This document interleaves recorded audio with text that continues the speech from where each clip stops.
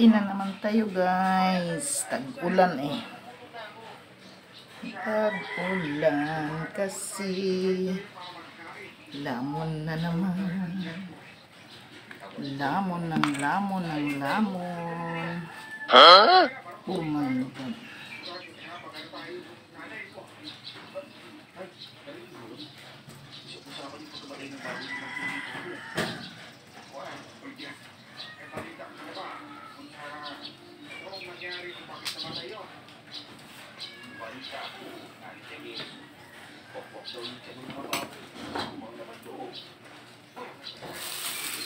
Kain tayo.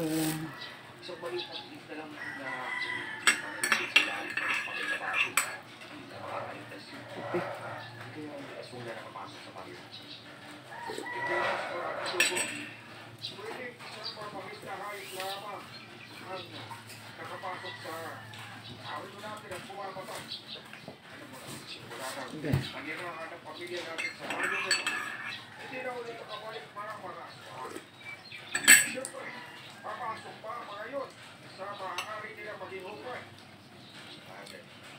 Nagpiniluwas sa mga isip. Ngayon nga kasi mabangis na hayop yung pwede gumawa.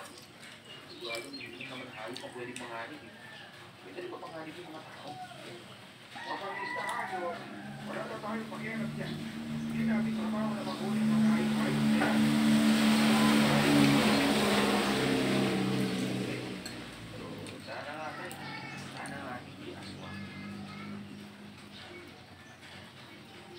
Mula pagkabata, hindi pa ako nakakainkwento ng isang aswang sa mismong baryo namin.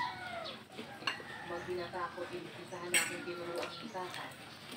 May mga pagkakataon na nagkakataon ay bularyo ang ibang karatis baryo tungkol sa mga aswang. Pa lang ako naka-experience na makipaglaban sa kanila. Dahilan kung bakit hindi makapasok ang mga aswang sa baryo namin ay dahil sa pamilya namin. Ipugat ng mga aswang ang baryo namin. Pero nang dumating, ang mga ninuro namin ay napaalis nila ang mga aswang.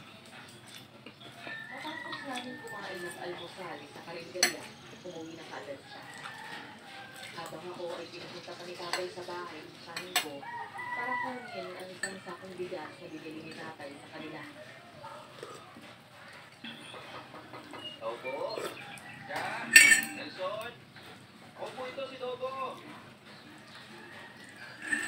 Dogo! Pulito mo! Ah, ang pinapakuha ni tatay yung isang kilong bigas na binili niya. Ay, buong nga pala kuya. Buong galing dito. Pwede na pasok ka! Ah, sige. Buti pa nga. Paupo. Pasok kuya. Sunod-sunod na naman ba yung utos tayo ni Tio? Pangapa. Ang tarde yun eh. Pero kayo hindi naman. Nakakit ng pagagawa. Hindi kasi tumawag si ate Grace sa responsibilidad niya. Gusto ano, naging pulis ko na. Hindi na ako naging pulis na nakuhuli naman sa samang loob. Magiging albularyo naman ako na kung sana mga laman loob. Okay. Mapawa mo yun pero sabihin mo kayo, kasi si ate Grace. Nasa pa siya, ayos sa Canada. At masaya siya sa pinili niyang daan. Uy, tutulog ko, uy, tulog ko. Pala, speaking of police, nakakita ng ebidensya ang mga pulis sa isang patawa ng baboy ng ibang pulis. Talaga? O ano naman yung nakita nila? Nakakita sila ng isang malaking at matuwis na kuko sa loob ng siya ng baboy. Ang sabi ng mga pulis, isang mabakis na uri ng aso nung gumawa. Ito kasi parang magaya sa aso. Kaya lang, mas malaki. Yes, sir. Matulungan niya. Baka nga ako eh, baka mamaya. Aswang nang gumawa niya. Pero si tatay, hindi naniniwala. Hindi mo maniniwala na pasok ang mga aswang sa bahay natin. Ilan na ang albularyo sa pamilya natin. Nanay, ako, ikaw. Mga magulang mo, pare-pareho may kayahang bilang albularyo. Alam mo, talagang panginginig talaga yung naman nila. Kala, ano klase aso ginagawa? Wala naman mga alaga na malaking aso sa bahay natin. Oo, kapag ikaw na aso yun, sinidor ko. Mas pinag yun, hindi ka rin talaga sa mga baboy. Madalaga ko. Noong unang beses na nagkaroon ng ganitong kaso sa baryo namin, iba na talaga ang pakiramdam ko. Kahit ang sabi ko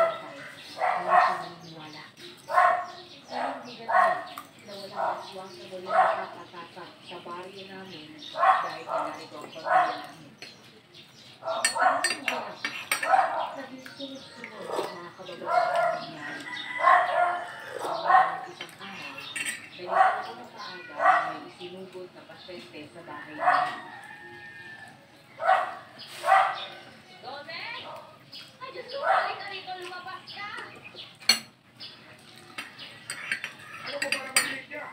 Huwag ka masyadong matarantad yan at natatarantad na rin ako. Ito na mamaya, para sa puso ka dahil sa pagkukulang mo sa akin eh. Emergency ito, Gomez. Kahit na sino naman talaga matataranta. Ito na nga, ano nangyari dyan oh? Itong si Carpio, nakagat ng malaking aso sa may binte. Tingnan mo, itim na ng buong binte niya. Malapit na umabot yan sa katawan niya. Waso. Hindi dapat dito din na dapat sa ospital na. Baka naman, Gomez. Wala namang oras para dalhin pa sa ospital. Inaapoy na nga ng lagdan si Carpio. Sige, tutuloy na nga, sinakunin ko.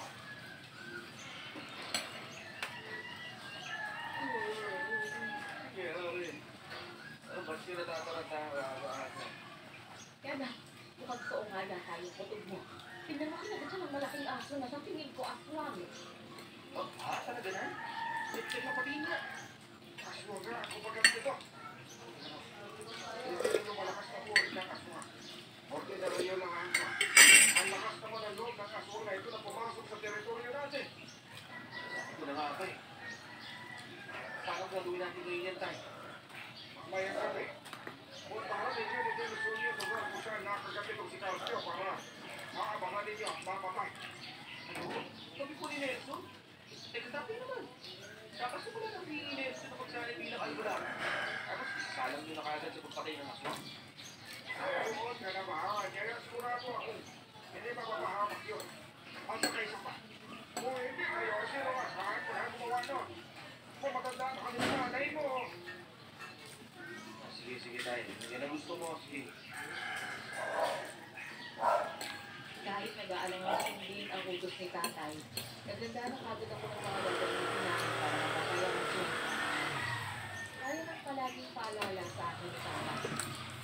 Siniguro kung wala akong maiwang importante, lalo na at ako lang at ang baguhang si Nelson ang susugod sa laban. Ang unang pagkakataon ang ipaglaban ako sa aswang na magiging papatay at hindi utusan lang ni tatay. Dugo. Ayos ka lang ba? Ayoko na. Ikaw ang Nabusog na ako. Maya si Bunso kain ito. Oo, siyempre naman. Mapagkakatiwalaan ka. Ito mo yung Ayaw na. Kape na lang ubusin ko.